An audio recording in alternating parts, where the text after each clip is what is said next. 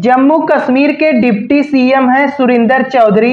इन्होंने कहा कि अभी तक हम लोगों को विश्वास नहीं होता था कि बीजेपी वोट चोरी करती है।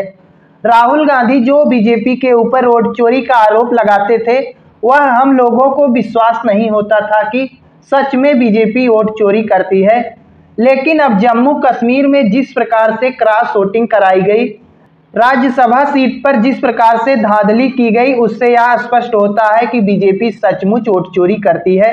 अब हम लोगों को भी विश्वास हो गया कि बीजेपी वोट चोरी कर रही है।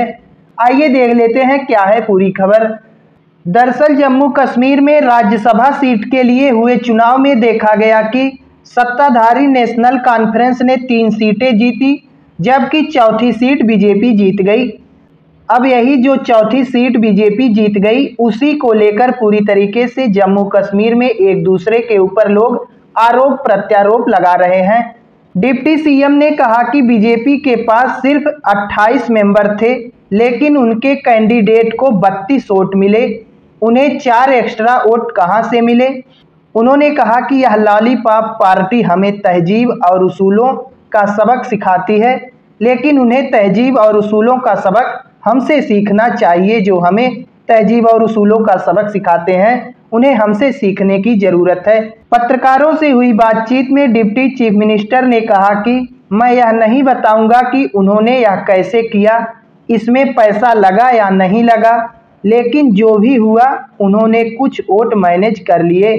सुरेंद्र चौधरी ने बीजेपी के ऊपर एक गंभीर आरोप यह लगाया कि उनके किसी भी विधायक ने बीजेपी कैंडिडेट के पक्ष में राज्यसभा चुनाव में क्रॉस वोटिंग नहीं की है।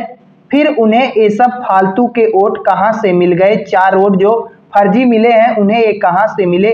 उन्होंने कहा कि हम सरकार छोड़ सकते हैं, लेकिन बीजेपी के साथ गठबंधन नहीं करेंगे। हमें 4 सीटें जीतनी थी, लेकिन हम 1 सीट हार गए, क्योंकि कुछ गद्दारों ने सपोर्ट का भरोसा दिलाने के बाद भी हमें धोखा दे दिया। बाकी सुरेंद्र चौधरी द्वारा लगाए गए इन गंभीर आरोपों को लेकर आप लोग क्या कहना चाहेंगे? आप लोग अपनी राय दे सकते हैं।